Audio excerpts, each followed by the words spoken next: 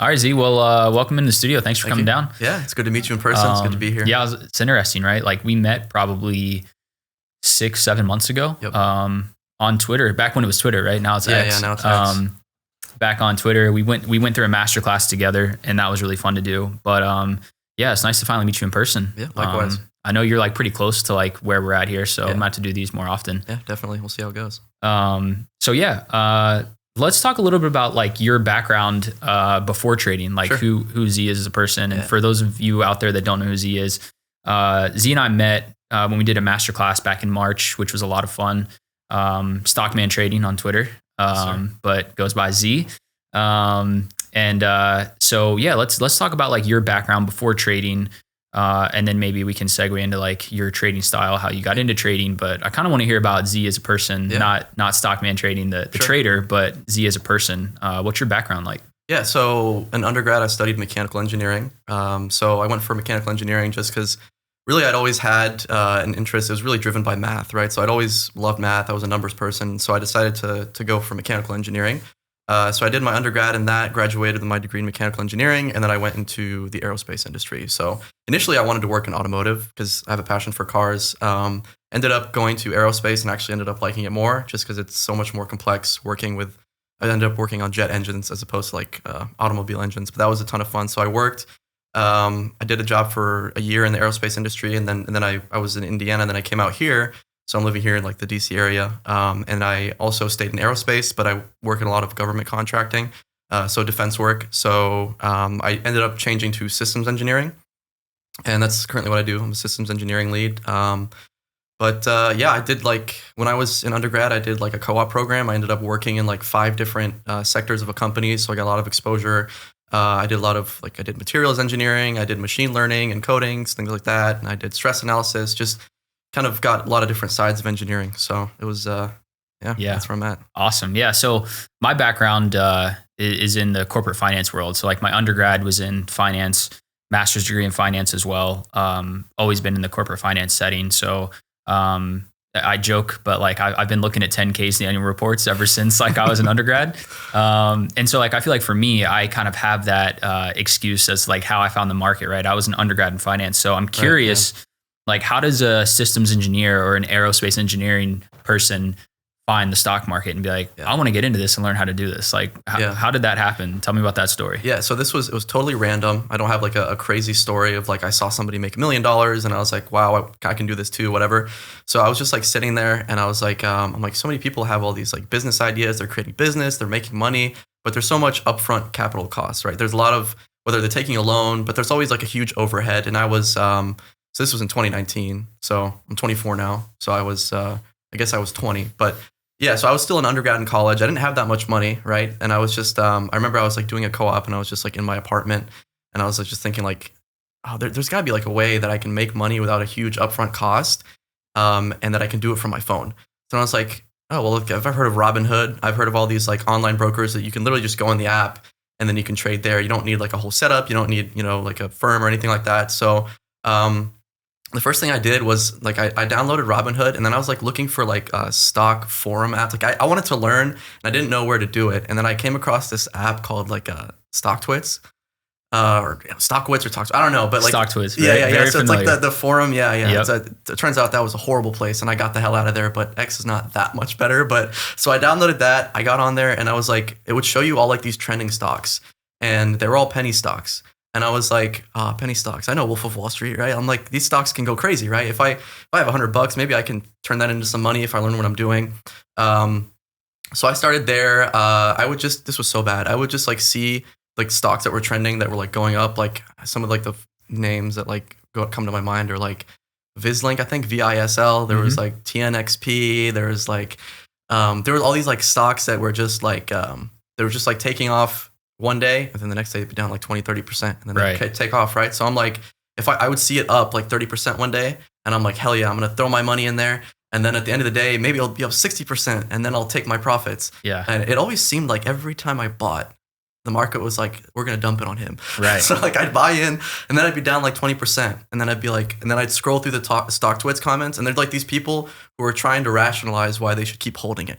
they're like, listen, the company is doing X, Y, and Z. Look at their filings, blah, blah, blah. And I'm like, yeah, these guys know what they're talking about. So I keep holding and it would burn me and it would burn me. And I was like, this is terrible. So that's how I got started. I just kind of wanted to like find a way that I can make money from my phone. Yeah. And you can kind of see I'm alluding to, it was not sunshine and rainbows. It was very much, for me, it was a terrible beginning, but ultimately the more I kept failing, I kept trying to find other ways to actually learn how to trade and not just like, I was basically being lazy and just like finding the trending stocks, throwing my money in there and hoping that I would make money. So I'll never forget like my first trade purchase that I made. One of my buddies went to grad school. I was working with him in the corporate world at the time, and he was like, I did this report on Chesapeake Energy. You might have heard of them. Yeah. And they were their balance sheet was, they had a good amount of cash, but they had a lot of debt on the balance sheet. And I remember like putting on like my financial analyst hat really from like undergrad. And I was like, this could be really big because, same thing. And I think it was $100. I think it was the exact same thing you're talking about here, right? So I'll never forget, like I go and I'm like, okay, their stock's down a lot. Like maybe I'll buy it here because if, they're an energy company, like, this should be okay. It's gonna go up, right? Yeah. It's gotta be.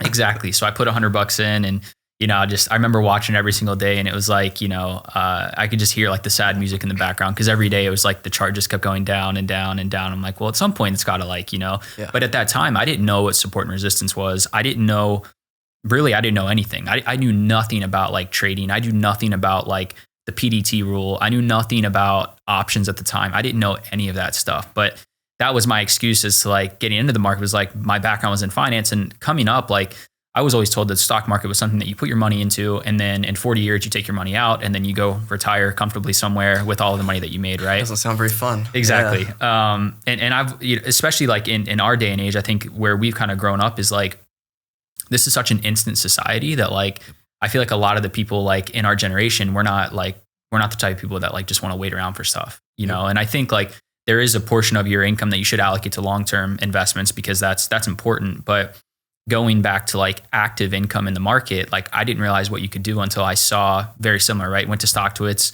then saw it on Twitter, like FinTwit at the time. Now it's like FinX, I guess. But I saw what people are doing and I was like, man, people are really like making money doing this. This is pretty cool.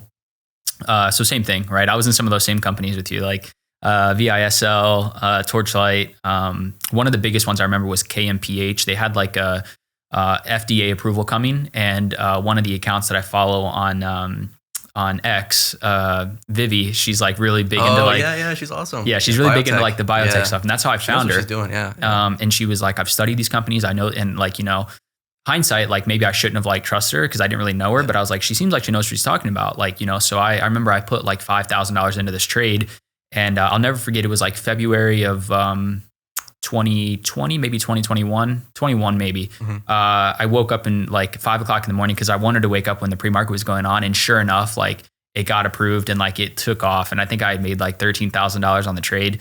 Once you get that taste, then it's hard to go out and get away from that. And once that happened, I was just hooked. I was like, okay, I can figure this out. Right. But the real success I think came later. Once you fail, that's when you really start to succeed. Yeah. So at that time, I didn't really know what options were.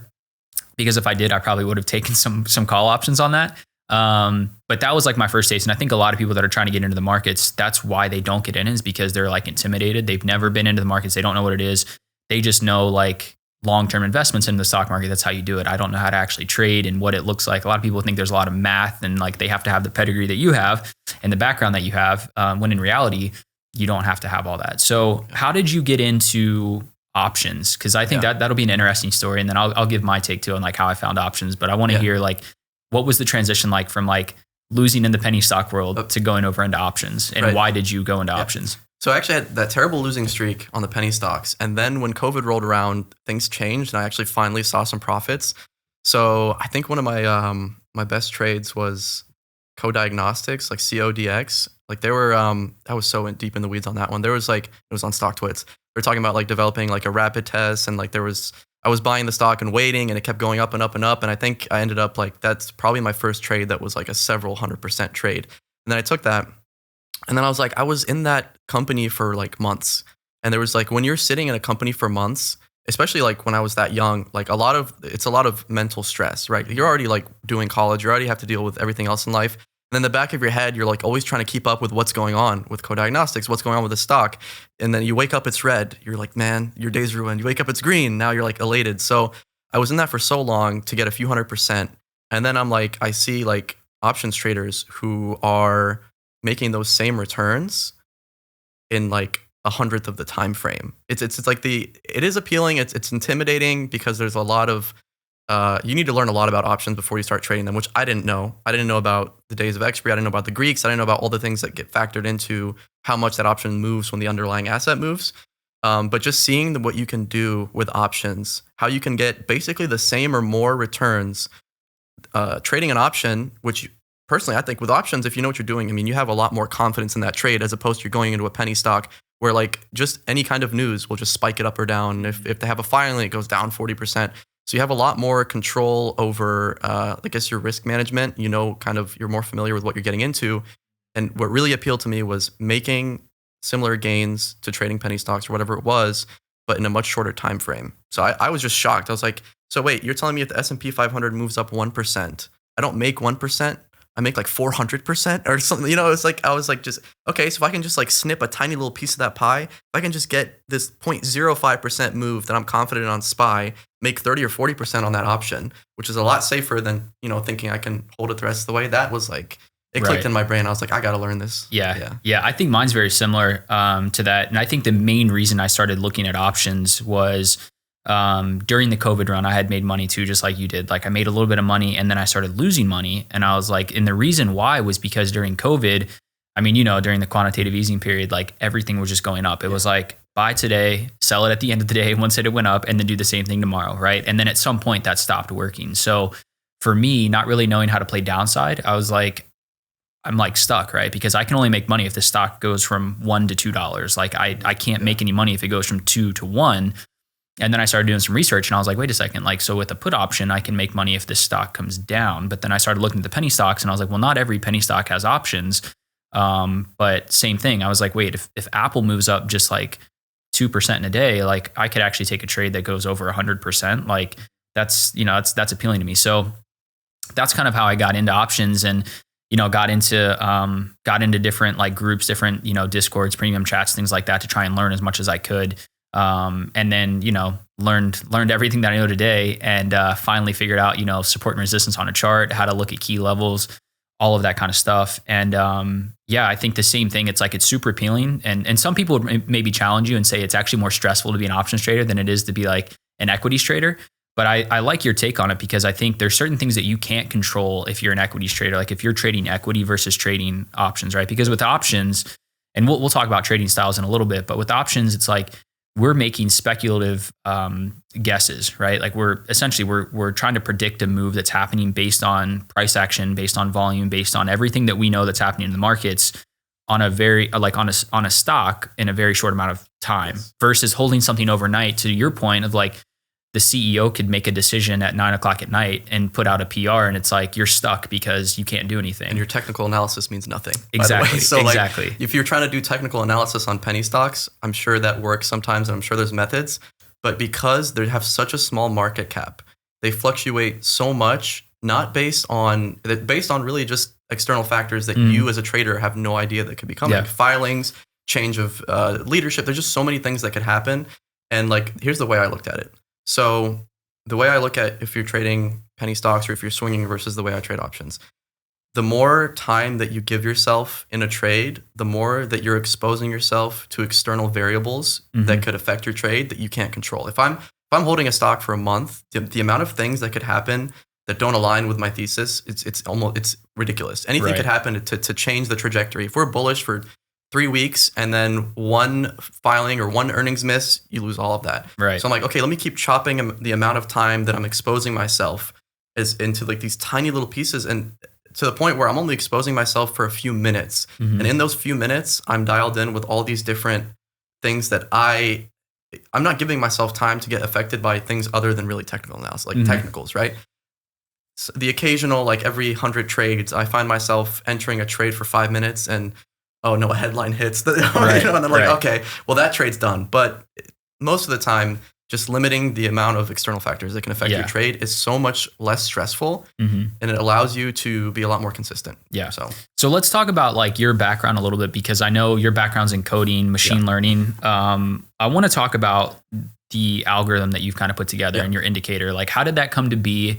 You know, did you have to lean on a lot of like prior coding experience for it? Like, what were you trying to, why did you build this algo and the indicator? What problem were you trying to solve? And just talk about the indicator a little bit and what you've built and how hard it was to build it. Sure. I'm curious. Yeah. So first I'm going to lay the foundation. So the way that I first approached creating my system. So I guess like just the background, I never actually joined like any Discords, any premium Discords. I wasn't really familiar with that. And I didn't really want to do that just because I'm very much like I want to teach myself. Like, I don't want someone else to teach me. Like, I want to be able to like do this myself and be like, I did that. So I started learning through, obviously, like StockTwits wasn't very helpful, but there were some occasional posts that would like redirect you to helpful resources. So I ended up learning a lot on my own through YouTube. I would like read books on technical analysis, things like that. But ultimately, what it came down to was the way I approached trading was it always, for me, came down to pieces of confluence or conviction.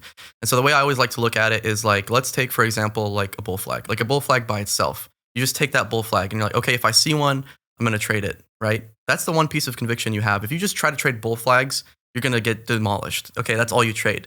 So then like, okay, we have a bull flag. Now not only do we have a bull flag, but that bull flag broke out of the previous day resistance and consolidated along it. So now we have a breakout and now we have it on support. So that's like another piece of conviction. Okay, it's not just a bull flag, it's a bull flag and a breakout. Then we're like, okay, what's another piece of conviction? Okay, there's volume supporting this move. That's a third piece of conviction. What else? Oh, it's also above VWAP. It's also above both our EMAs. It's also a bullish day in general. So now we have like 6 things that are all pointing to one setup. And that's, for me, that gives me a lot of confidence because I'm actually admittedly like a pretty emotional trader, right? So I get anxious, and that was something I really struggled with in the beginning. For me, the way to like dial down that anxiety is confidence. Confidence will reduce anxiety. And so I kept stacking on these, like if I have 5 or 6 pieces of conviction, I'm like, dude, this trade is, I mean, obviously I'm prepared for it not to work, but most of the time it gives you the confidence to stay in the trade, to hit your targets. So I'm like, man, you know, sometimes it's tough in the moment. I'm like looking for all these pieces of conviction. I'm like, okay, it's a formation, volume's there, MACD is positive, like RSI makes sense, like all these things, like trying to take that in all at once. At the beginning is very hard. Over time it gets easier, but you have to have like very instant reactions because I scalp. So I'm like, okay, for me as a human, like just looking for these signs to all align, I miss them a lot, especially if I'm not in front of the screen, right? I have to be like sitting there like waiting, okay, all right, MACD's, okay, yeah, like this is good. I'm like, that's not realistic. So I'm like, okay, since these are all like technical things that occur on a chart, and why can't I just write a script that when these things all align, just tells me, right? So it waits for them all to align, and because it's a program, it can do it instantaneously. Like it thinks, I think, it doesn't have to think. Yeah. So I'm like, okay, when all of these things align to like tell me, not just, obviously I don't have an algo that's just like, I buy and sell every single thing it tells me. Right. It's kind of like to let me know like one of my preferred setups is happening. Mm-hmm. So it tells me, because I want it all to just tell me when I'm not looking. So let's say like I also work full time right now because I actually really like what I'm doing and it allows me to also trade. But let's say I'm like doing something else on the side and my algo goes off and I was like, okay, I didn't have to sit there and stare at the chart waiting for the setup. It tells me my setup is there. Then I go see, do I like the other parameters? Because there's things that an algo can tell you and there's things an algo can't tell you, right? The algo can't tell you the day's trend, right? If it tells, like you have to be able to interpret the prior price action for that entire day leading up to that signal. You have to be able to understand market conditions. If you do order flow, you can look at order flow. There's so many things, but it just tells me something's setting up there and I don't have to do the legwork. So that was my initial like reason for developing it. And this is finally answering your question, but you're talking about coding and how difficult it was. So I learned C++ in undergrad, and then I also did a lot of Python coding. So the Python coding I did, it was for one of my co-op positions. So I was doing machine learning. So essentially what I was doing, I was working on engines. So I was writing like a machine learning algorithm it was using linear regression to try and predict when at some point like an engine would need maintenance, right? So it's just taking all these like thousands of engine data points and then using those to extrapolate, okay, at one point in time, do we anticipate it needing maintenance? So like learning all the Python libraries, learning how to code, all that, I already kind of knew like the power that coding can have. Mm-hmm. And it's very frustrating when it doesn't work. But There's a lot of tools to help you with that. At the time, there was no Chat GPT, but there was like Stack Overflow and there's stuff like that. So I was like, okay, I've seen what coding can do. And if it can do that, if it can do machine learning and like neural networks, I'm sure it can do this. So I looked into PineScript, and PineScript is the script that you use in TradingView. And it's actually very intuitive. Some coding languages like C++ are like you just have to kind of like learn some of the syntax and things like that, because it's not, and some of the functions aren't intuitive, but PineScript is fairly easy to learn. And they also have like a whole repository going through all like the functions and explaining them to you. And whenever there's like a syntax error in the console, it'll like tell you what's going on. So it's pretty good. And with the development of like ChatGPT and AI and things like that, like when I'm stumped, like you can't find forums for like PineScript. Who's like putting in PineScript help, guys? I need help. Nobody's doing that. But if I feed it into ChatGPT, even though it's a little outdated in its PineScript knowledge, it's able to interpret like what's going, the error. It's able to, I can feed in like what TradingView is telling me to like train it. Sometimes it's kind of stupid, and I have to keep telling it like, no, stop telling me this. But yeah, so it was a little bit easier with my coding background, but I genuinely do think anybody, if they want to put in the time and the effort, and I would say you probably want to actually be interested in coding, because it can be frustrating. It's definitely something that's, challenging, but definitely fun. Yeah, so. yeah. It's that was a great answer, by the way. There's a lot to unpack there. So there's a few things I want to hit on what you said. And number one was like the points of confluence when you take a trade. So one of the things that I tell a lot of people in Alpine every single day, that in everyone that I come across that wants to trade, it's the exact same thing, right? Like I'm always looking for quality over quantity setups. And what does a quality setup mean? It just means that there are multiple things telling me that it's like go time on the chart. It's time to get into this trade. Whether that's volume, key level break, technical pattern. And I think you're absolutely right. If a trader is just looking for a bull flag every single time, they're going to get ran over, right? Yeah. But if they can take multiple points of confluence and say, I've got a bull flag, I've got the volume, I'm over pre-market high, I'm, MACD, RSI, whatever indicator that you're using, like if all those things line up, then it's like, it's time to go. And so I think that was, that's excellent that's like how you're looking at it from like an indicator perspective, because I think that's what a lot of new traders neglect, is like they just look for one thing. And as soon as they find that one thing, it's like that's all they look for every single time. And then they wonder, why are they struggling? It's because the one thing I always tell traders is that like trading is not an objective thing to do. It's very subjective, right? Like it's almost like an art form. And I think that's what makes the market a market. That's what makes it a free market, right? Like you see something differently than I do. And that's why stock charts don't just go straight up or straight down. They're going up and down because you've got people that are shorting, people that are long. And so a lot of people ask me for like definite answers on certain things. And I'm like, it's hard to give a definite because it's such an art form. Like it comes with screen time, having those multiple points of confluence. And then to your point, I think what you said there was brilliant too, is like, you're able to work a full-time job and let your indicator, or let the charts kind of tell you when it's time to go. Going back to the quality over quantity, right? Instead of trying to take tons of trades during one day, it's like, I'm just going to wait for my system to align. And then when it aligns, I'm going to get in and take that trade and execute it at a high level. So I think that's great that you talk about that. One of the things I want to talk about is the run that you had on your account, right? And I think when we first met, I saw what you were doing, and I think you were in the middle of the run on the account, because you were like, I'm taking this account, like, and I'm going to keep going, and you kept posting like weekly updates on where your account was. Yeah. And I think at the time you maybe had like 600 followers on Twitter. Yeah, I was tweeting to myself and a few you were, kind people. And I don't even know how I found you, to be honest. Like, I think you just showed up on like the Twitter algo page. Like, yes. Elon did his job there. Actually, this is before Elon, right? Yeah, so this was Jack, I guess, that did his job. But so I found your page and I saw you and I was like, man, like he's like, one thing I always look for, like in our space with different creators, is like, are you bringing value to people, right? And like I always put the thinking hat on of like, if I was starting out trading, is this someone that like I would have wanted to follow? Like, do they bring value, or are they just like, shit posting on Twitter, right? Yeah. And when I saw what you're posting, I was like, this guy's got like real value. Like he's really trying to help people. And maybe you weren't, because you were just like tweeting to yourself, really. You didn't have a big following. It was actually a trading journal. That's the funny part. Okay, like, yeah. It was kind of like, I'm like, look, I can have a trading journal for myself. I didn't know any apps. So I was like, well, Twitter's there. It just, all my information is there. I can just scroll through the posts whenever I want. It was my own like personal trading journal. Yeah. So I saw it, and I remember I told people specifically, I think I've told you a story. Like I told people, I'm like, he's going to be at like 10,000 followers very soon, because I'm like, what he's posting is like so valuable. Like people are going to like eat this up. And sure enough, like this was in March, like when you and I did our masterclass, and then now like what are you at? Like you're almost like 12,000. Yeah, 12,000 followers now. So kudos to that. But I think that's just a byproduct of the value that you bring like in the community. So I think that's awesome. But going back to that, like your journal, you were going through like that account building phase, like, and you were on like a heater there. Yeah. Talk a little bit about like what that was like for you, because you and I are different traders, and we'll get into this, but like maybe talk about the run that you went on with that account, and then like what kind of trader you are, because people that are listening might think that all traders are the same, and that is so far from the truth, because everyone is so different. I want to hear a little bit about your account, and then like your strategy too. Yeah. So first I'll go back to kind of like what I was doing on that account. So essentially what I did was I was trying to create my own strategy. I was trying to find something that I could develop over time, tweak it, but I wanted to keep like I guess a paper trail of every single trade that I took. So this was kind of before I knew about like trading journal apps and stuff like that. So I literally had like an Excel file, and every single time I would see a trade when I was developing my system, I would like go to the snipping tool. I would take a picture of the trade, I'd paste it in Excel, and then I'd start annotating it, right? So I'd enter the trade and it'd be like, I'd start annotating like every single thing that caused me to go into that trade.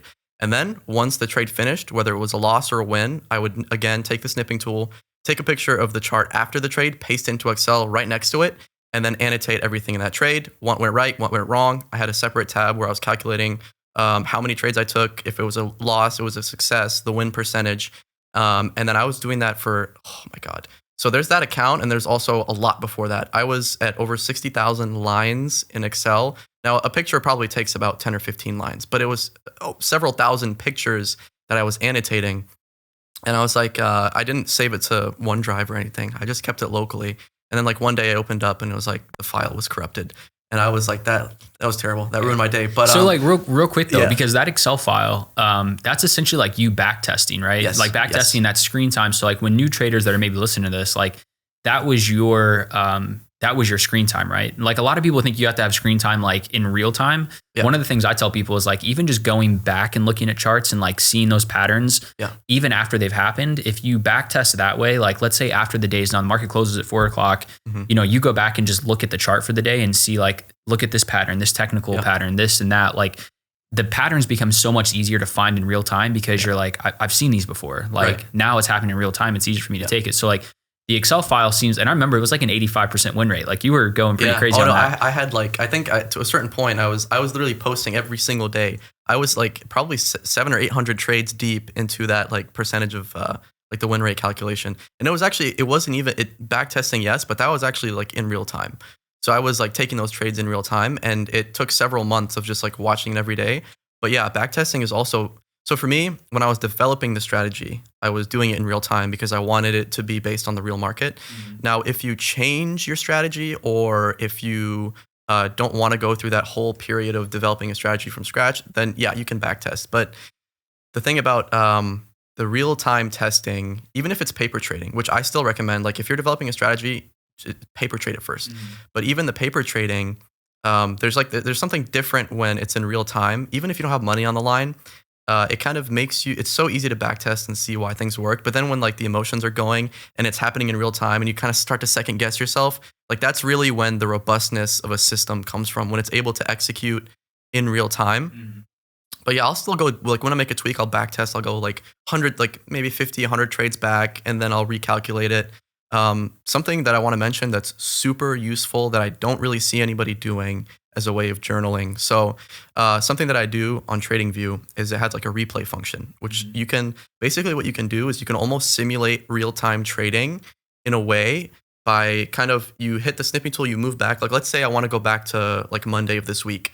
I replay it back to Monday, and it actually only shows price action from Monday and before. So all the rest of the week is gone. You don't see it. You have to click candle by candle to see it. So what I would do is I would scroll all the way up where I had nothing on my chart, and I would just keep going back randomly and pick a random day, do that process, and then I would scroll down to where the price action is. And now my brain has no idea like what's going on that day, because I don't know, like it's a day like 2 months ago, and I cut off all the forward price action.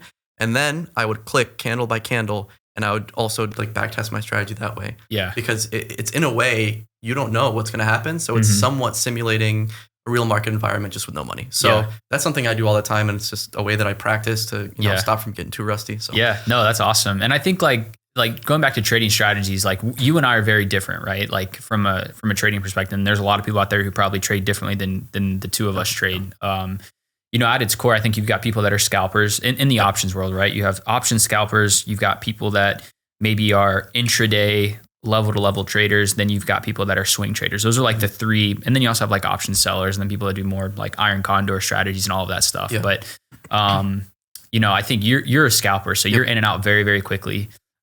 Me and like my strategy is kind of like a level to level trader, like break this level. And I want to trade the price action to that next level, whether it's to the downside or the upside. And then you've got people like, that are swinging contracts that are, 2 months out, 3 months out, looking for a larger move to happen. Why do you like scalping? I mean, cause a lot of people say like, I don't have time to scalp. Like I work full time. I can't be on the charts all day. What would you say to them? That one's funny. So the way scalping is I would say it needs a lot of upfront screen time, because to be able to scalp efficiently, you need to have a very deep understanding of the price action, right? Because you're exposed for such a small period of time, but at the same time, the amount of confidence like you need to have to go into a scalp trade. I feel like with swing trading, you can zoom out and you're like, okay, this looks like a good setup. I can buy time, I can do whatever. But when I scalp, it's kind of like I've observed the chart for so long, like you need to be able to like react like that. The setup's there, hop in, hop out. If I hit my stop, get out. You have to be a little bit quicker on your feet when you're scalping. But the reason that I decided to scalp, and you would say that it needs more screen time. Initially it did, but once you get to a certain period of time, it actually becomes less screen time, because I'm only in that trade for, I think my average trade, there was actually at one point I was looking, I had some stuff in TradeZelle and I was looking at my average trade time. And I think my average trade time was like 2 minutes, right? So I'm in there for 2 minutes. So if you're sitting there all day looking for the scalp setup, you don't have time for that. If you've developed a system that will kind of grab your attention and you're looking for something very particular, and if it happens, then you enter, because there's days where I've maybe had like 20, 30 minutes of screen time total and finished.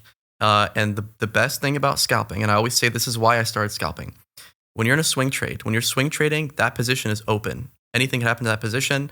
And I am actually naturally like an anxious person, and I have emotions when I get into trading. And I was like, dude, I hate swing trading. It's like, well, I don't want to see my position down 40% before it goes up. I don't want to wait, like losing sleep at night because I don't know what's going to happen the next day in the stock. Whereas when you're scalping, you're exposed for such a small period of time. You start the day with cash. Well, I want to talk about cash accounts too, because when I found out about cash accounts, it like was revolution. Yeah, dude. Yeah. But you're in cash at the beginning of the day.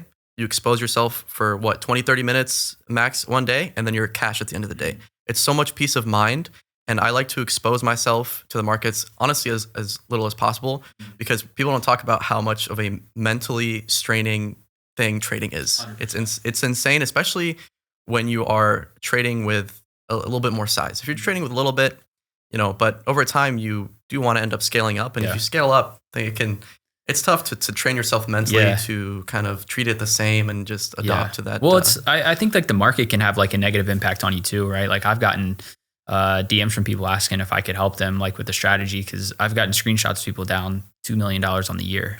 It's like, so, oh my God. Yeah. I mean, you really put things in perspective when people don't talk about like the negative side of trading. And it's not just about losing money. It's about like losing time out of your life, losing relationships, losing health. Like people can become unhealthy based on what they do in the markets. And so, I think there is a balance that has to be had in the markets. And I always advocate for that. It's like, we get into the trading for like the freedom of it, right? But then you get people that sit there all day long and look at the screen. Like, is it really freedom now, or are you a slave to trading? Yeah, I got a friend and he was like, I can't go on vacation with my wife because if I go, I'm going to be thinking about the markets and I can't trade while I'm there. And like, it's stressing me out. And I'm like, you're in a swing position. Like, no, exactly. I love both. Well, no, but like he was in penny stocks and down thousands of dollars, cause he was for months, he was just holding them, hoping they'd come back. And, so my question for you on scalping, because as a level trader for me, when I get into a trade, I have like targets on the chart that I'm looking for, right? And so sometimes when I hit those targets,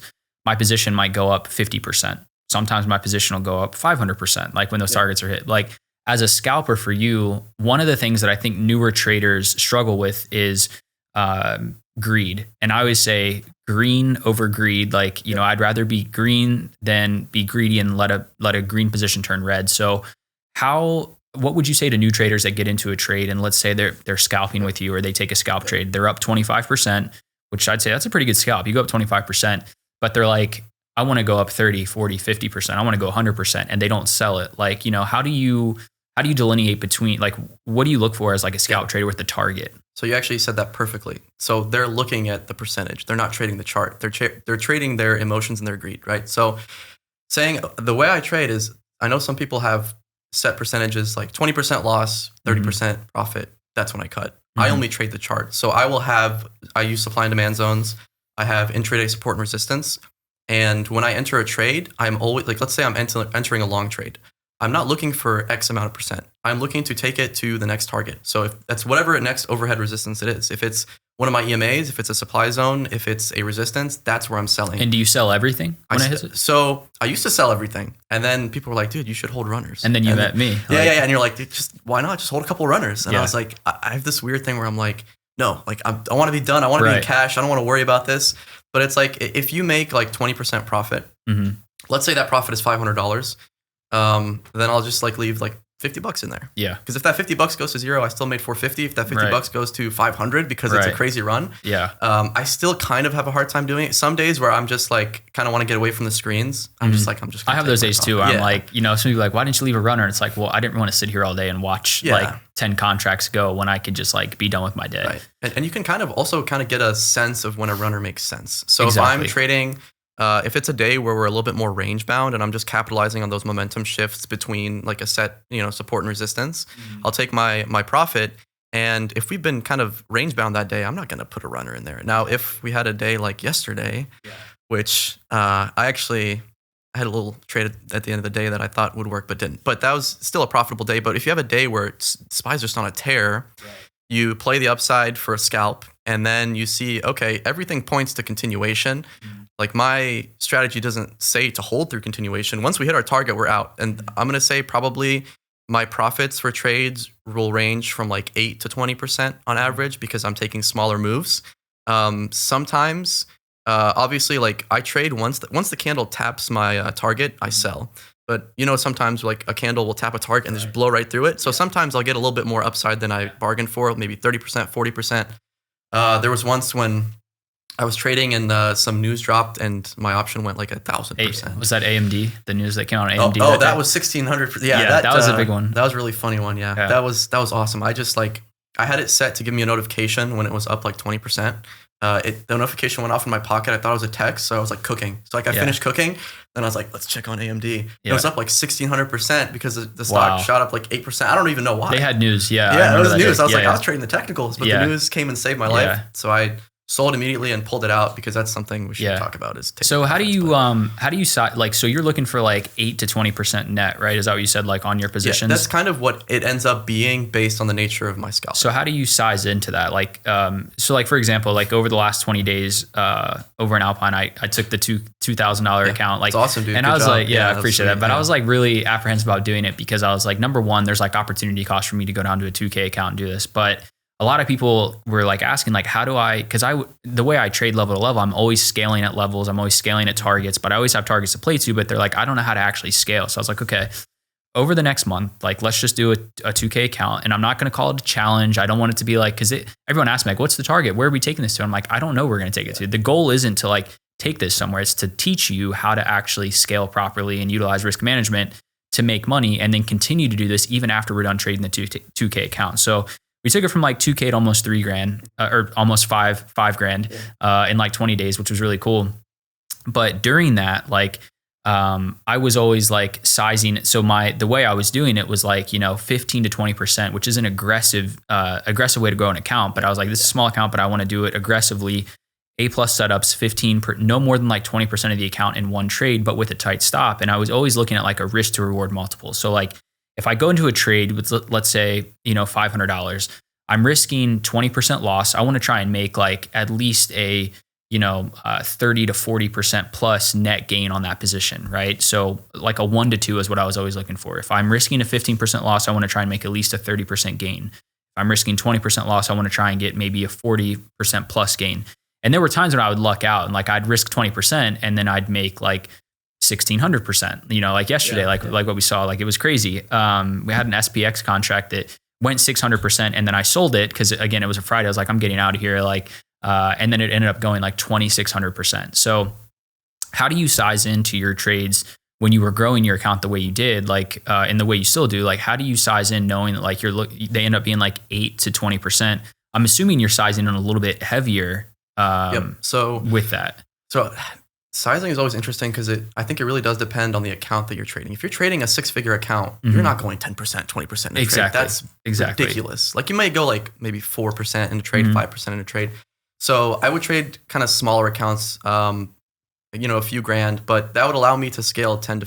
So the way I usually do it is depending on the setup, right? So the highest confidence setup I have where I'm like, dude, if this doesn't work, like I don't know what life is. But it's like a setup that you would take 10 out of 10 times. Exactly. Like, if it's one of those setups, I'm, you know, more comfortable doing like 15, 20% max of that little smaller account.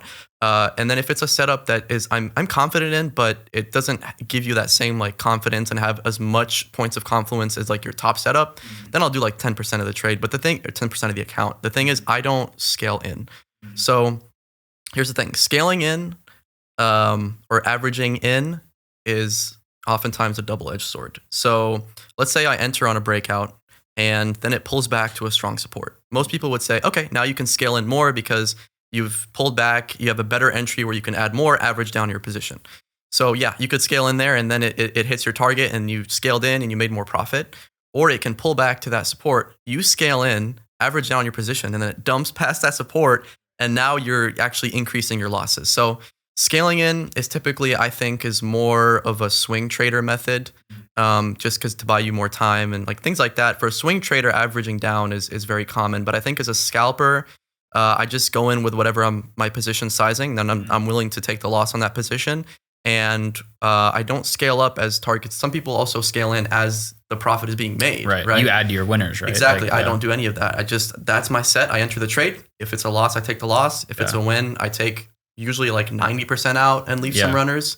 But oftentimes I'm like, you know, I don't need runners. Screw it. I'll take my, like, I'm very much like, just give me a tiny piece of this movement. Yeah. Right. It's a huge SPY ripped all day. I don't need that. And you just got a little piece of it. Give me 5 minutes where I get a good bounce and let me take that profit and call it. So that's so interesting because like, it's so easy to say that sitting here, and like new traders are probably listening to this and they're like, how does he do that? Because like, I get into a trade and I feel like I need to stay in the trade the entire day. I feel like if it goes against me, I can't sell a losing trade. Like a lot of new traders struggle with that. I did when I first started. Like I remember specifically, I get into a trade right off of like a support level I have. It would break support and I'd be like, okay, that was my stop loss, but VWAP is right below it. So maybe it'll bounce at VWAP. Yeah. It breaks through VWAP and I'm like, wait, but pre-market low is right here. So maybe it'll bounce at pre-market low.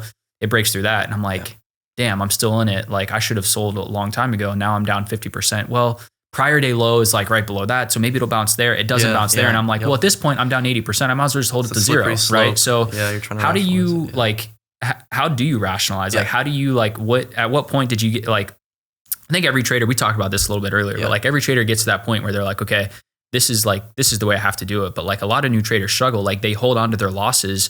You know, they'll just continue to hold on hopium. And like when I stopped doing that is like when trading really shifted for me. And I think it goes back to the concept that I always talk about, like the most profitable and most successful traders are the ones that have figured out how to lose. Because just like I always go back to baseball because I'm a college baseball player, right? But like when I was in college, when I played baseball, everyone strikes out. Like strikeouts are a part of baseball and like you can't get around it. So like the same thing with like the market, like losses are just a part of the stock market. Yeah. Every trader is going to take a loss, but depending on how you take that loss, I think like directly impacts the success that you have in the market. So like talk a little bit about the losses that you've taken and how you've gotten over that like mental, like, you know, hump of like being able to like get out of a losing trade. Cause I think a lot of new traders they can't get out of a loser. They just want to hold it forever. Yeah, so I'm going to be fully transparent with this. And the truth is that I think, honestly, no matter how long you've been trading, you're still going to struggle with that because it's a part of human psychology. I still struggle to cut losses because what it kind of does, and actually, let me back up a little bit. So how long it took me to actually stop being greedy and to have smaller targets and to stick to my losses and to actually develop a system where I wasn't trying to capture all of the move, just a small piece of the move where I was highly confident. That took me probably almost 3 years, which is longer than probably most people. And so the fact that it took me 3 years to actually stop trying to hold on to losses and average down and all that terrible stuff that ruins your accounts and ruins your mental state took me probably close to 3 years. So that's insane, Rogue. I want to hit on that because 3 years is like a long time. A lot of people get into the market and like, I'm going to start making money next week. So if you could give someone like one piece of advice right now, like how can they circumvent 3 years of figuring that out? Like what you just talked about. Like if you could tell someone right now how to do it, like what are you telling them? Here's what you can do and you can avoid 3 years of the guesswork like I had. There was so much garbage I was trying to figure out in the market. I was always trying to do like the penny stocks. I was just bumping around a little bit. I didn't have any kind of strong foundational system, okay? It's so hard when you don't have a system where you're just somebody texts you or like you see an alert, I'm entering this position. Okay, let me enter with you. Then it goes red. You start panicking because you don't know. They know why they entered. They're fine holding through whatever they need to and because they're the one who made that plan. Mm-hmm. If you don't have the knowledge, if you don't have the confidence, you don't have the screen time to be able to have a system built where you have factored in the possibility of a loss and you know, this is really the main thing. If you know that losses are part of your system, and if you stick to those losses, over time, you will be net profitable. That's what you tell yourself. Because when I'm about to take a loss, I was like, I can take this loss. It's built into my system. I have a percentage of a probability of that trade going net red. And if it goes red and I cut it, chances are over time, I will still be positive. So that helped me. But what it came down to, what I wish I would have done sooner was honestly like commit and stop like just messing around. Like I started reading, I spent hours a day watching the charts. I started journaling. So start journaling, can't say that. And then also start to develop a system and backtest that system and paper trade. So when you're only trading real money, when you first start trading real money, the emotions are insane because it's crazy. So if you start paper trading, and it comes down to impatience. People don't want to start paper trading because they're like, I want my money now. I want instant gratification. It's my money, I want it Exactly. Now. Paper trade a strategy in real time, backtest it, develop that strategy, figure out when it works, figure out when it doesn't. Even then, even after you do all of that work, you're still going to struggle to cut your losses, but you're going to be able to, hopefully, you might struggle to do it, but you'll do it. And over time, when you see that cutting your losses does not keep you going down, it actually helps you to go up. Yeah. That's when you're a little bit more confident. You just have to be confident, and that'll make you comfortable cutting those losses or more comfortable. Yeah, so. It's interesting that you mentioned that because last week I dropped my individual trading plan, like for everyone, like, and it's completely free. I just gave it to everyone. Like, here's my trading plan. Here's what I use. Here's the system that I trade by. Here's the risk management rules that I trade by. And I got a lot of people that asked for it, and I was just giving it to them. But I told everyone, I was like, with part of this trading plan, like, the goal here is like to develop an identity as a trader. Like me, I have an identity, right? Like Andrew Strat, I have an identity as a trader. Like, this is how I trade. Here's the rules that I trade by.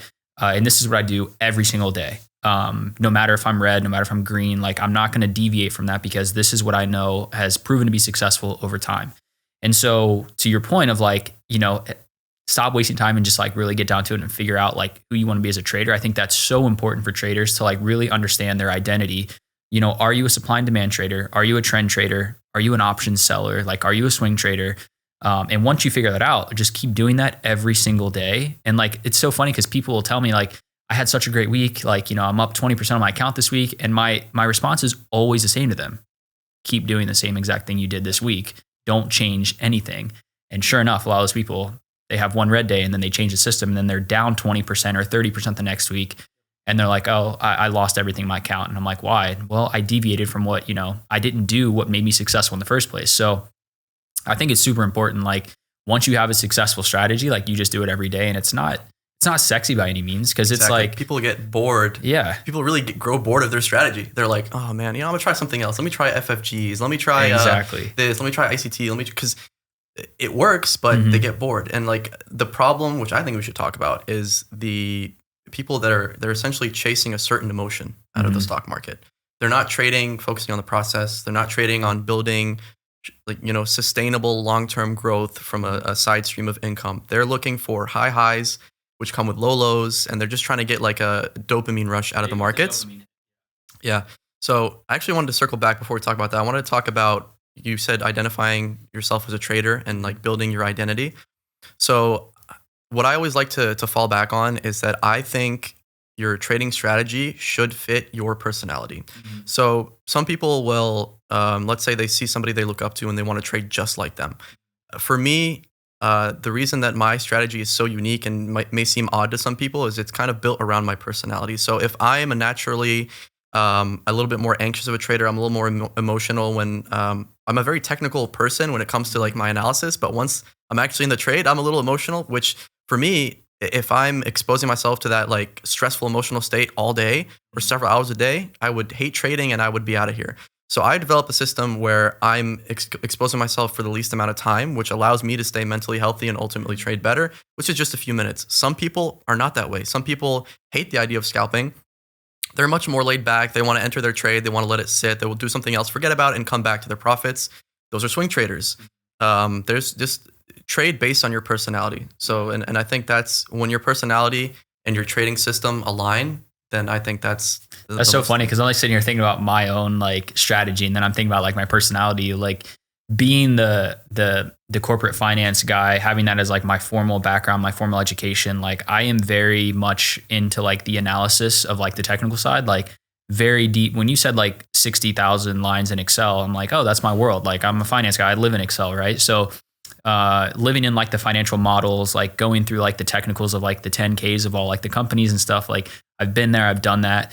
But then in the corporate finance world, part of like what I do, what I used to do in the corporate world was being like, I have to tell a story, right? Like, and I have to make it simple because I have to take all of these complex things and then make it like a very simple presentation for like the C-suite or for a board or for like an investor deck or a pitch deck or something. And so when I think about my trading style, like it's equal parts like technical as it is like simple. And I always say like, I'm a simple guy. I'm like level to level.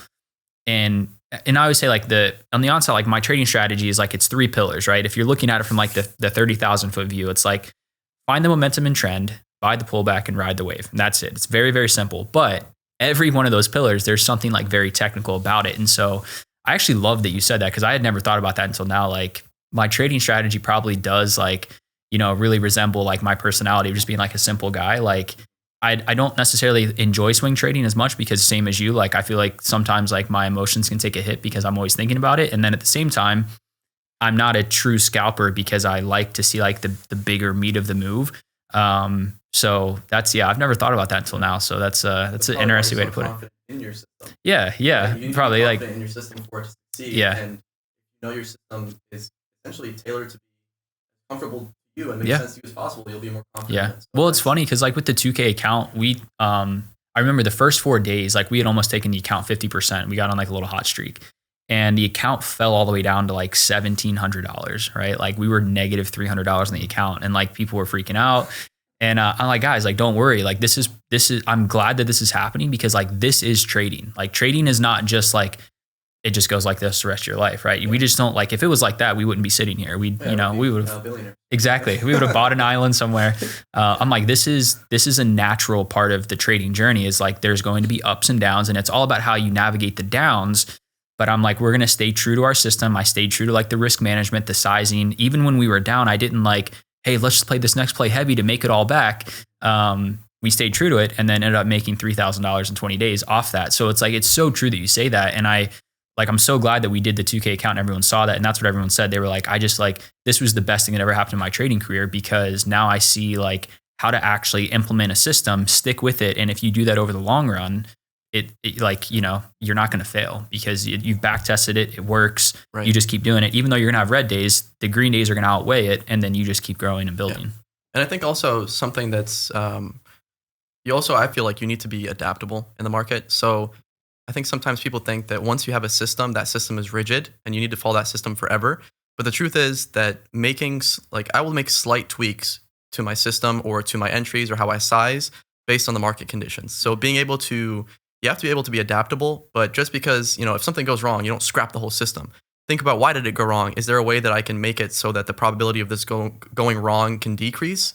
Then you can work on that. But to see a red day and then, you know, give up on your system and things like that, I think is definitely not the way to approach that. So I want to talk a little bit about like trading as it pertains to like your personal life. Like you're probably the worst guy that I could have brought on the podcast, because a lot of people that get into trading, they always say, I'm not a math guy, but you're a math guy. Yes, so like, they're going to be like, I don't believe you because you brought on a math guy. Yeah. But like, I get a lot of people that are like, I want to get into trading, but I don't know enough about math. I don't know enough about any of this stuff. Like, do you get the same thing? Cause I feel like I get that everywhere I go to. They're like, oh, you day trade? Like, I've always wanted to do it, but like, it's like too intimidating. I don't know math. Like when they talk to you, they're like, but you are a math guy. So like, so it's funny. You don't actually need to know like math, right? So there's a difference between like using math and being analytical. Mm-hmm. So having an analytical oriented brain versus being good at math, I think are very different. So, I mean, that's where the term technical analysis comes from. It's just you're analyzing the chart, right? Mm-hmm. So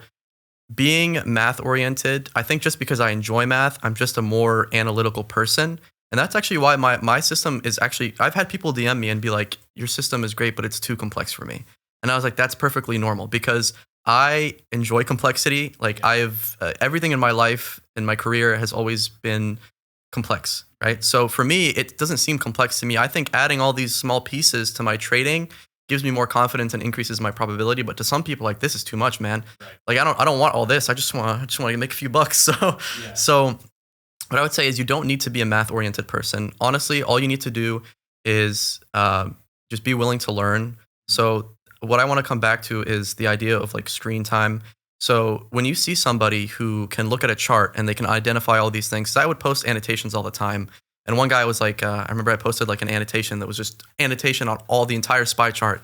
And he's like, I refuse to believe that you have the time to do this and trade. And I was like, this took me 10 minutes. Yeah. But it looks like it took me forever because what it is the more screen time you spend, the more knowledge you absorb, then the less amount of time it takes you to actually perform that analysis. I mean, the more you absorb in your brain, it kind of gets embedded in your brain and you almost subconsciously, those things just kind of come out, right? If I look at a chart and I've studied the chart for years and I know all the technical analysis, my brain just automatically just pinpoint the things that are happening on a chart.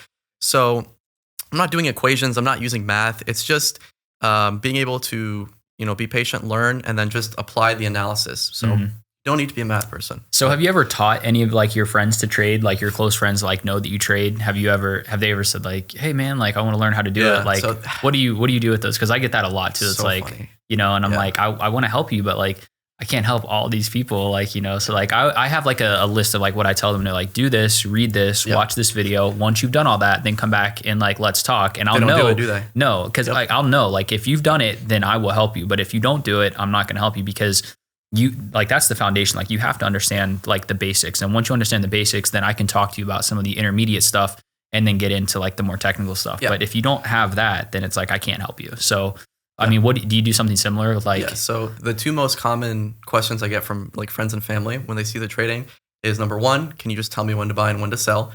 And number two, can you just trade an account for me? Yeah. And I was like, no, what? So I'm like, if you're interested in learning, like I offer them all my material for free. Obviously, they're friends and family. I'm like, look, I'll give you a book. I'll give you the algo. I'll give you all my educational material, but you have to learn it. And they're like, no, because they take one look at it and they're off put by that it actually takes a lot of effort to get profitable. And I tell them like, look, if it took me years, it might not take you years, it might take you months, but who knows? But it took me years to actually make money. So can you accept that you might lose money for months or years before you actually see that return on your investment? And all the while you're losing that money, it's draining you mentally, but you still have to spend the screen time and you still have to learn, even though you're learning something that in the moment is losing you money. Right. And they're like, no. Yeah. So I think that it's very tough to actually understand what goes into being a profitable trader because a lot of what we just see on social media is somebody just posting their win, but there's no way, like a picture's worth 1,000 words. Like you don't know all the history, what went into that, to make it a successful trade, obviously assuming it's not just some BS, but so most people are just off put by the actual idea of learning. So they just go away from it. So. I mean, there's a lot, right? Like that's what I said earlier, like social media is very good at showing all the good side of trading, but like we don't see like the sleepless nights, which like it's not just like a, another figure of speech. Like there literally are sleepless nights where like you don't sleep because you're worried about like a trade that you're in or the bad day that you had. Your relationships take a hit, your health takes a hit. And just your mental state, like you become like a slave to the market is what I like to call it. Like I tell people like, don't let the market hold you hostage. Because going back to like we trade for freedom and then people will sit there all day long, especially when they have a red day and it's like, well, I'm just going to sit here and watch this. And then like tomorrow I'm going to come back and I'm going to size in a little bit more tomorrow. And it snowballs into something that, it shouldn't snowball into. So, it's one of the most rewarding things that you can do, but it's also one of the most frustrating things. And a lot of people that are around you don't understand it unless you're a trader. And I think you probably know this. I was talking to another trader who's a creator as well on the platform, and they basically said that they were like, no one understands us the way we understand us. Like if I tell any of my friends what I do and maybe like what I lost today, like people think I'm a gambler and you need to stop doing that. You need to quit right now. But they're like, they don't see all of the success, like in all the years that I've put into this and like the fact that I'm going to do this and make it work. And I think it's crazy because it's so true. Like the everyday person's like, you're crazy. Like you're a gambler. Like, yeah. And honestly, they think it's gambling because most people do gamble with options trading. And that's what you see. I mean, like there's a whole subreddit, Wall Street Bets, that's literally dedicated to gambling hundreds of thousands of dollars using stock options. So when that is if you ask anybody on the street, do you know about Wall Street Bets? Chances are they probably do because of GameStop and everything. And what does that instill in their brain? That stock options is gambling. So yeah, people are like, oh, it must be gambling, blah, blah, blah. I was like, yeah, because 99% of people are not going to spend all this time learning, working on their own personal development, their own discipline, developing a strategy, all the stuff that goes into actually becoming a consistently profitable trader. And your P&L curve does not look like a gambling curve. It looks like Yeah. So I think it's because it comes back to, I agree with that. And I think the main reason for that is like, people don't really have a North Star. It's like, what's your why? Why are you getting into trading? And like, if you ask any new trader, like any new retail trader that's not like an educator in the space, I just want to make money, right? But it's not like I want to be able to do it. So that's why when people come in and like they want to start trading, I really tell them to put like a North Star, like, what do you really want to do? Because not everyone's going to make $100,000 a day trading. Not everyone's going to make $100,000 a year trading. But if you could make $2,000 a month trading and subsidize your rent or your mortgage or pay off some credit card bills or save up to go on a vacation, like that could be life-changing money to some people. $2,000 a month, like that's crazy, right? So I think the main problem is that people don't have like an idea of what their why is and why they're getting into trading. They just like, I want to make some money. Like I see everybody else making it. Like I want to be able to make, a few $1,000s a day. And it's like, but what is your actual goal, right? Like, is it to be a full-time trader? Is it to subsidize some expenses that you have? Is it to like, go out and make $1 million trading and then go start a business? Or, I think that's the biggest thing a lot of people struggle with. And really any industry they get in is like, why do you want to do this? And why do you want to be successful? And once you answer that question, I think the path to profitability and the path to success becomes a lot smoother because now you have something guiding you along the way. Yeah. So for me, I started trading because I wanted to make money, and I kept trading just because I fell in love with the process.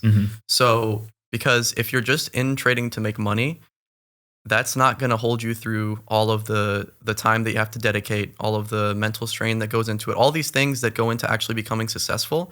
If you're just there to make money and you're not making money to do that, that's why so many traders quit. I kept doing it because I was genuinely intrigued and enjoyed the learning process. Like the fact that you can just go sit there on your computer and obviously we're simplifying it to like the most simple level, click buy and sell buttons and make money. That's in itself is ridiculous. Because, before technology, you'd have to call up the broker and do all this stuff. But the fact that we're able to do that, buy and sell from a computer, just using like your money, does that not push you to want to actually learn how to do that consistently? And just for me, I enjoyed the technical analysis. I thought it was interesting. Just when you are able to learn all the knowledge, make a prediction, and you see that prediction actually happening, like even if you're not even putting any money in it, like that's an addicting feeling. Right. Like you telling me I can predict the market, like even on like a small, tiny like time frame. So for me, I was like, that's so rewarding. And so there was all these things that just like, I was just obsessed with it. I didn't care that I cared a little bit that I was losing money, but I wasn't losing anything I couldn't afford to lose. That's important. But just the learning process and the process of trading, I just became obsessed with. And I think that obsession with just the process ultimately leads to making money, right? So, yeah. Well, and I think it goes back to like me, like I'm a very competitive person. Like I've always played sports coming up. So like that's kind of like the edge that I have is like just being a competitive person. But I also am like a very analytical and like I always like to solve problems in anything in life, right? Whether it's in the market, I can't figure out like, I'm going to figure out how to do this. Like I'm going to solve the problem of like breaking through. In like financial models, I'm going to figure out where this model is broken at because I like solving problems. In a relationship, like what's going wrong in this relationship? Like, I'm going to solve this problem and figure it out. So like, I'm always that type of person that's like, I'm just going to try and figure out what is wrong. Why is it wrong? How can I do it? So like, for me, the journey, same thing. Like I fell in love with the journey, and it was like, I'm going to figure out how to do this, because like, I know the statistics say that like, we shouldn't be able to do it, but like, I'm going to figure out how to like break the code, so to say, right? Like not really break a code, but like, I'm going to figure out how to like break that statistic and not be a part of the average that like 95% fail. Like, how do I get to that level? And I just became obsessed with that. And like, just to your point, like there were days where it was like, this is crazy. Like I'm doing the same thing over and over. Like, how do I stop doing this? And then you finally have that breakthrough moment. Like we talked about earlier, like every trader who's successful has a breakthrough moment. And it's like, okay, I'm done with the bullshit that I was doing. Like this is the way to success. And I'm going to start today. I'm going to start doing it. And then when you start doing it, then it's just like that P&L curve just starts bumping up and up and up. And so, yeah. And I think it's an ego thing too. Like, to your point, like, like admitting you're wrong. You know how hard that is for some people? That was one of the hardest things when I first started, because I was like, this was my idea as a trade. Like there's no way I was wrong. Like I know what I saw. I know all these hundreds of hours I put in, all this stuff, and you're telling me I was wrong. Yeah, you were wrong. Yeah, and the market doesn't care. And it's so like weird, because like I'll trade in front of like hundreds of people. Like in fact, like the nostalgia of it is like right before I met you, I was like trading on Spaces, on Twitter Spaces. Like and we had like 6,000 people listening to us. So like calling out trades that I'm taking and like being transparent on what I'm doing there, like that was a lot of pressure. But I feel like me as a person, and maybe this is like the athlete, is like when the lights come on, I feel like my edge or my advantage goes up, because I just become so much more like locked in. You know, so like when the pressure's on me, I feel like I'm like, it's go time. And so like, that was one of the biggest trades that I had actually. And I'm going to ask what yours is too, but like it was live on Twitter Spaces. I told everyone it was like a Thursday. We got into Boeing Airlines. We had broke like this huge resistance level. And I was like, hey guys, I think it was 180 calls specifically. It was like 180 calls on Boeing. I was like, hey guys, I'm taking these. I think I know this one. It was over 2,000%, right? Yeah. It was over 3,100%. So it was like 31x the original. Now I didn't have all of my position. That's the other thing I think everyone should know is like, when we say like it was a huge trade, like you heard me say, like, well, I scale out of a trade as we hit targets. Like I was scaling out the entire way. So it's not like I put $1,000 in and then I was sitting on, $31,000 at the end of it. But it was huge, right? So that was the biggest trade that I took. But yeah, it's something about like calling trades out live and giving everyone like a whole game plan like live. It's just like, I mean, you and I have traded live together too. Like it's a little intimidating, because you're like, I've got all these people listening to me. Like if I'm wrong, like I have to admit that I'm wrong. And then all these other people might have taken the idea with me, and then they might be wrong too. And it's like, so it's it can be challenging. Like it's a mental grind for sure, to trade, but then also to be like a creator in the space and like try and educate and help other people. It's challenging for sure. Yeah. What you were saying about being put on the spot in trading, it is tough, but I think this is probably why you were doing so well. And I feel some of this too is, as you watch a chart, your mind is just constantly running through potential scenarios of trades. And just intuitively, as you're watching the chart, your mind, you have a prediction of where it's going. It may not be a trade idea, but if a pullback happens, your brain's like, okay, I think we're going this way. When you're by yourself, you may take a trade that's not perfectly for your system. But if you know that hundreds of people are watching, you keep that, you don't say anything. You wait until like, okay, this is the trade. I waited for this. I'm only going to give the most confident trade I have, because people are watching, which that really is what you should be doing when you're alone. But we all know, like when you're alone and you're with your own psychology, you're like, here's maybe a good setup, but it forces you to really only give out the A+ trades. Exactly. Yeah. And that's why like, I think I said that like when I started the 2K club challenge account, whatever you want to call it, I was like, I might make myself look like a dumbass, or I'm going to do what I preach that I'm going to do. Like, and everything I've been saying from day one, like, this is how we're going to trade the account. And that's what I did. Right. And like, we did have some adversity, and then we saw it through and did it. But like, there were times when I'm like trading that account, I'm like, I could just like go very, very heavy on this trade and like maybe get everything back. But it's like, what's the downside of that? It's like we lose everything, and then I look like an idiot. Like, and then like you preach risk management. Yeah, and then like, I can't do Strat? it. Yeah. What did you say about exactly. So I agree with that 100%. Yeah, that's so like, what is your thought on like creating in the space? Like, why do you create? Like, I'm curious to see like what your why is. Like, I know mine. Why don't you just trade? Like, why do you put stuff out for people to look at, and your ebook and the algo and everything? Like, So Like the funny thing is, like when I created that book, I barely had any followers. There was like a few hundred followers I had, and I still made that. So for me, I just have a love for when I have a passion for something and I understand it on a deep level. I love being able to communicate that to people. So people are curious. So for me, what really is like the why is I want to take the knowledge that I've built up over several years, and I want to first of all reduce the learning curve for whoever I can by presenting that knowledge only the pieces that were critical to me and helped me the most, because there's a lot of fluff out there. I'm like, let me eliminate the fluff, let me help these people, let me and it may be selfish in a way, because anybody who says like, oh, if you're teaching and you're doing all this, like maybe it's a selfless act. It's not, because you're doing it because it feels rewarding for you. So I love the feeling of helping somebody and then they come and DM me and be like, dude, like I applied this and this and it did this. And I'm like, hell yeah, like that's awesome. That's why I do this. And I just enjoy creating educational content. Like I make a book and then like I make just like, I'll create, I used to like every single day I would record like a 10 to 15 minute recap video and post it. And I'm like, that's not, yeah. And there was no plugs or anything. There was no like, hey guys, if you enjoyed the video, don't forget to subscribe to my, like none of that. I was just doing it because it's fun. And I like putting out that content. And people would tell me like, there was a period of time I was going through like some mental stuff and I didn't post a video for a couple of weeks. And then some guy was like, hey man, I miss your videos. And I was like, yeah, okay, I'll do one. And I just did one and put it out. And they don't get that much engagement because people love short form content. And a 15-minute video breaking down the SPY chart is not for everyone. But I kind of do it for myself because I love just, communicating that knowledge to people and be like, look what I found, this was interesting. I hope you guys find it interesting too. So for me, it's just, that's why I try to focus the most of my content around education. It's because I know that like the best way to be a trader is to ultimately become self-sufficient.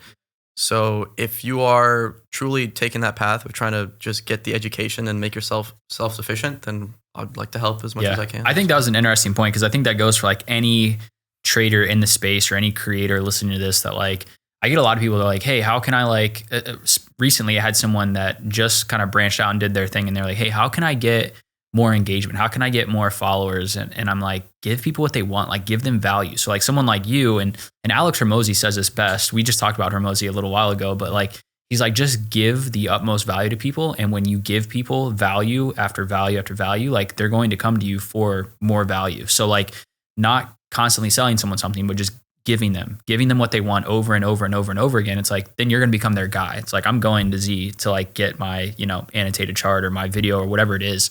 But yeah, I agree 100% with your point on like education from an early age. Like my parents were like, you might be a teacher one day, 'cause like you just like, no bullshit. Like that was actually what they said.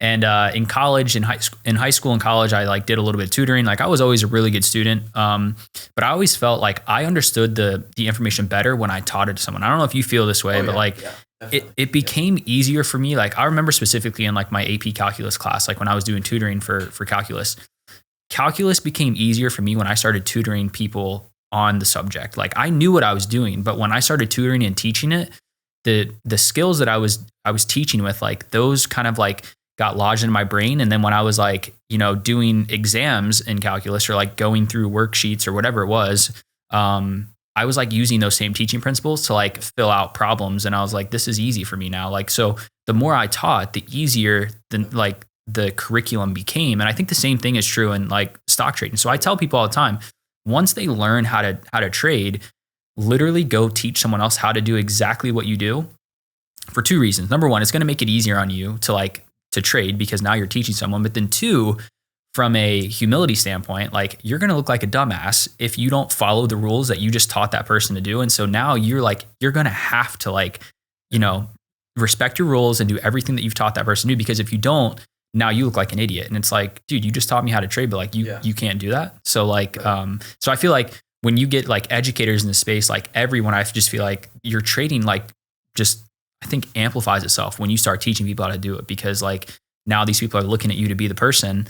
And if you can't do what you're teaching them to do, like you're an idiot. Yeah. You also, like you said, you have to have a deeper level of understanding in order to communicate that to somebody who has less knowledge of the subject than you do. Yeah. Like you have to find a way like, okay, I have this knowledge, and you have to understand it in such a way that you can essentially simplify it for someone else, but still keep the same knowledge in there. So like make sure that you know your stuff, and you keep reminding yourself. So it also always reinforces the same concepts to teach someone else. So it's good. Yeah. So who is like one of your favorite creators on the platform? I'm curious, and it can be like X, Instagram. I mean, anywhere, like someone that you're just like, I really like following this person. Like, I think they put out good stuff. Oh yes. Okay. So this is probably, I'm gonna give a shout out to him, Mr. 28 Trades. So I actually came across him when he was just starting out. He had like, I don't know, a couple thousand followers or something. And I've been kind of keeping up with him along the way. I've had some conversations with him, really cool guy. So the reason that I follow him and the reason that I think he provides so much value is that there's a huge shortage of full transparency in traders, or, in FinX or FinTwit, whatever you want to call it. There's a lot of, I'll post a win today, 2 days later, I won't post a loss. I won't show you my calendar. I won't show you my P&L curve over time. I'll only show you 2 days here. Like there's a lot of kind of like playing with the profits to make it look like you've done it. Exactly. Yeah. And he just, every single day, he's like, he'll post his zones, he'll post his levels, be like, this is my plan. And then he'll show his P&L, he'll show his red days. And he's just like a very positive person. So there's a lot of people who maybe are great traders, but they just create a lot of drama and they're just all negative and like they're just arguing with other traders. And like, that's not somebody I would consider a good follow. Like the bulls and bears. I'm like, I mean, if you want some entertainment value, but I feel like that's like when I come looking for creators, I look for value, and I don't get value from a bunch of just arguing back and forth about nonsense, right? Yeah. So I don't see him engaging in arguments, even when like the occasional person is like putting something negative for whatever reason, just because they're angry. He doesn't respond with more like negative. So I would say, he's a good one. He's awesome. I actually met him in person. Really? Yeah. I was in Houston in April, and he's in Houston. And it was so funny because. Right, like I knew about him and I followed him on Twitter. This is a funny story, and like I'm sure he'll appreciate this one.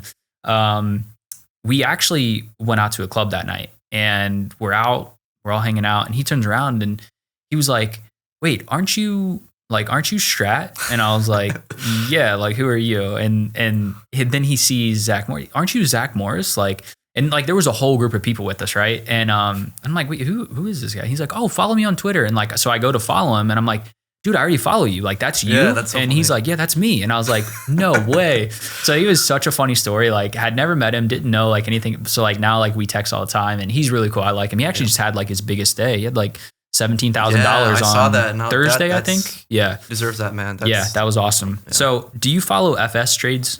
I do actually, yeah. And he follows me. That's FS right. is he's one of what I'll say like the OG followers that I followed, because like from the beginning, like the way he put things out made so much sense to me. Like, and so I'm like a level to level trader. And then I always say, I'm always looking for price consolidation, and everyone looks at me like crazy. Like, why do you want consolidation as an options trader? Because if the stock is moving like this, you can't make any money, right? With options, right? It's exactly. Like a coiled spring. It's what exactly. I'm like a sniper, right? I'm just sitting in the stand, like looking at the consolidation, waiting for it. And as soon as it snaps, it's like it's go time. And that's when we get those massive breaks. So, FS is awesome. Like I love FS. So he's probably one of my favorite followers, and just the amount of like price action, like value that he puts out there. Like he'll put out like ideas that he's looking at, and then like why he took it. He's very good at like, here's the setup that I'm watching.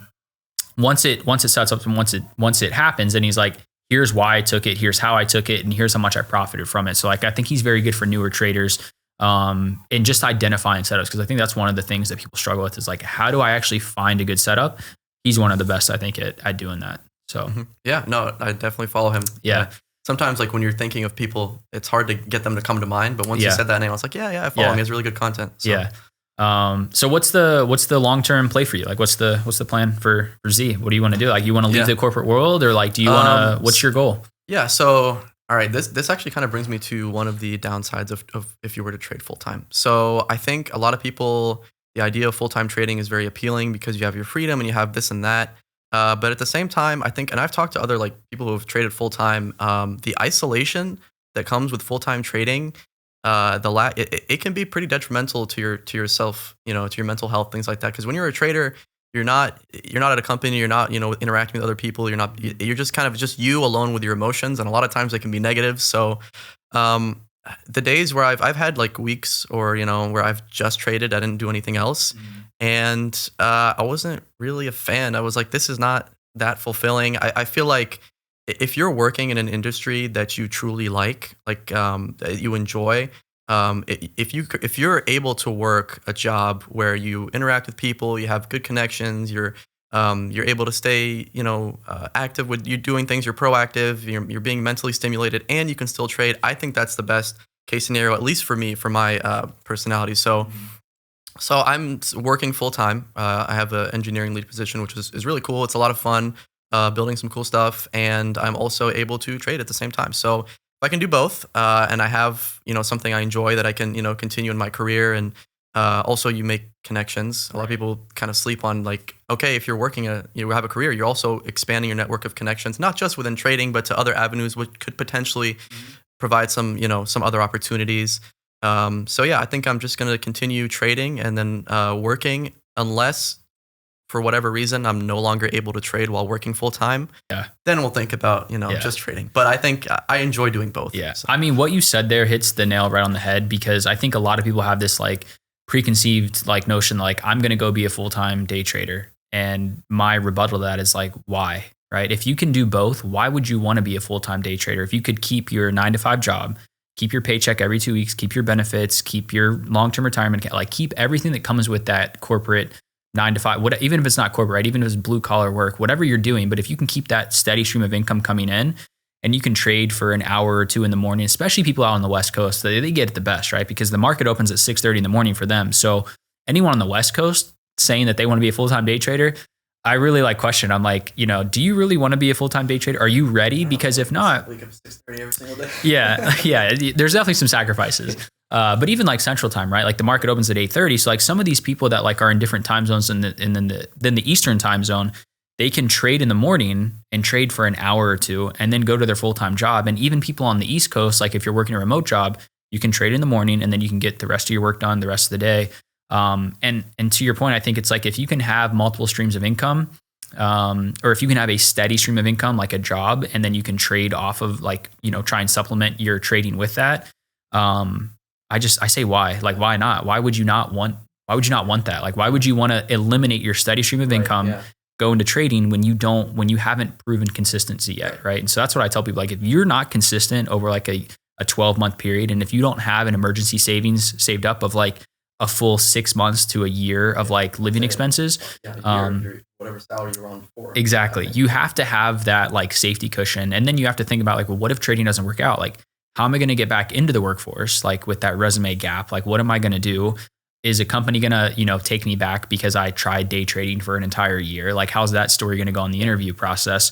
So I always tell people, if you can manage a full-time job and you can day trade, that is the best thing you can do, because then you're not trading on emotions like you would be if you're trading to make sure that you can pay your mortgage for the month or your electric bill.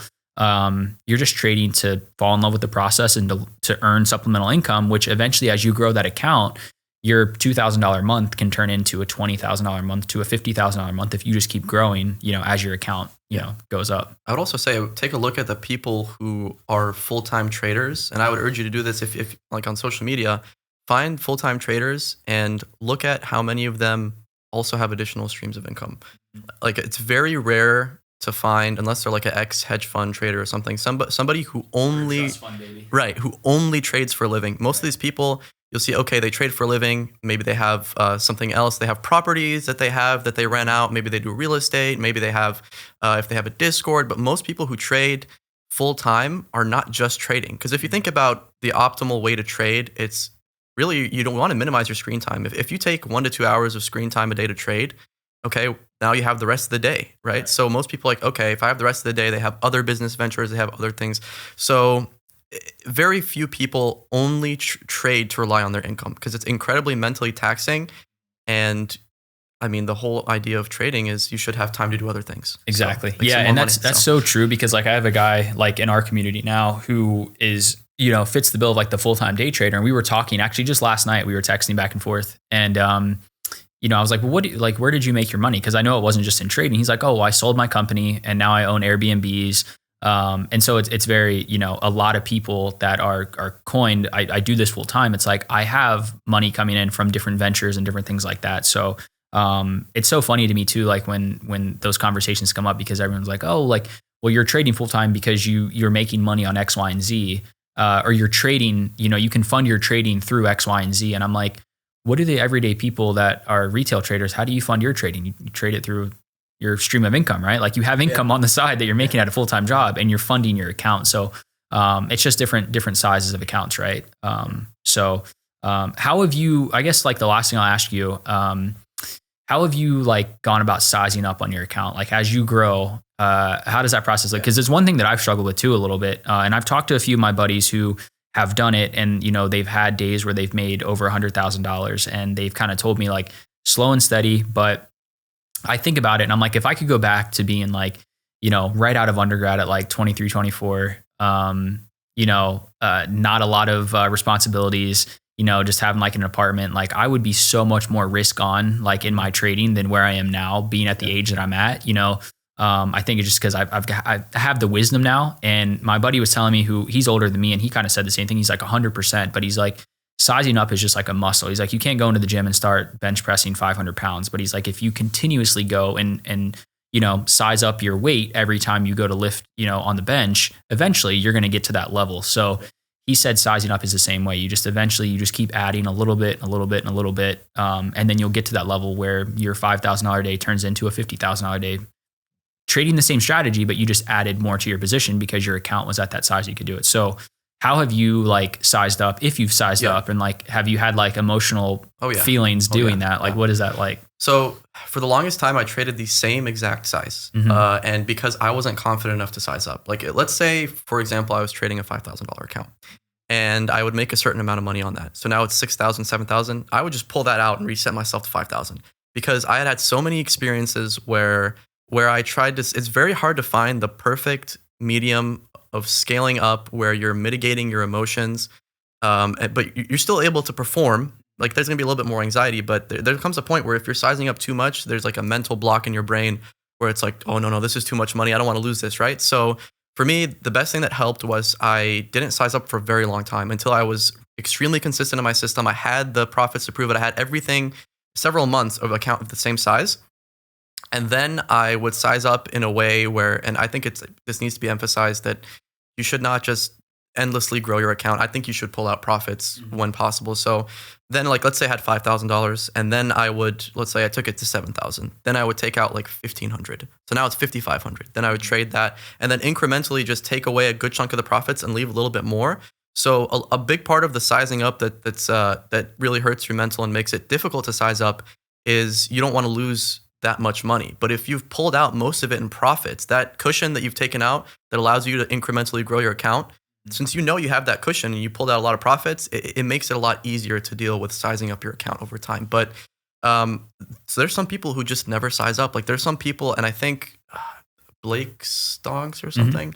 I think I see him. I think he like always trades a 40K account. At the end of the month, he takes it out and resets it to 40K. So he's not Casey sizing does up. The same thing, right? Yeah. Like he's he's a great follow. Yeah. Casey's amazing. It's so funny, like to see his rise in like the ranks to like a creator too, because like when he and I first met, he was actually like a subscriber in the first community I was in. That's how I met him. And like, everyone was like, man, I really like your strategy. Like, can you tell me more about it? And he was like, oh yeah, I used this strategy when I traded penny stocks. And I moved Discord channel for the 2-minute strategy, right? For that strategy. Like he had his own like channel for it. And then he was like, hey, I'm going to go do my thing. I was like, man, that's awesome. Like he did. And he's just been hit the ground running, but he does the same thing. Him and I were talking and he's like, yeah, he's like, I keep a certain amount in it. And then he's like, at the end of the month, I take everything out that I made and I reset it. And I'm like, so I asked him, I'm like, why don't you size up? And his response like really made me think. He was like, I don't need to. He's like, why? He's like, I don't need to make that kind of money to live the life that I'm living. He's like, why would I size up and cause myself all the emotional pain and stress of, putting that much money in that I'm not used to doing versus just staying consistent with everything I do. So like even as his account grows, his position sizing remains like the same dollar amount every single time. Now this was a few months ago. I'm not sure if he's still doing it, but his response was really telling me. And that goes back to like people thinking that like, not everyone's going to be $100,000 a day trader or go make $1 million trading, because like even him, he's like, I don't need that. Like I've got everything I need in life. Like he's in Hawaii, right? So like, he's like, I'm in Hawaii. I live a pretty simple life. This is what I do. So he's like, I don't need to size up, infinitely as my account grows, which I thought was pretty interesting to hear. Yeah, you don't have to size up. There's no rule that says you need to. And exactly. I think some people, again, it comes back to, I wouldn't say greed, but it could kind of come down to like, you just always, it's natural for us as humans to want more. Once you get to a certain goal, you want more. But sometimes you don't always need more. Exactly. So yeah, that's a good way to look at it. All right. Awesome. Well, appreciate you coming on, Z. Yeah, dude, it's been awesome. Yeah. Appreciate it, man. Yeah. Thanks for having me. Yeah.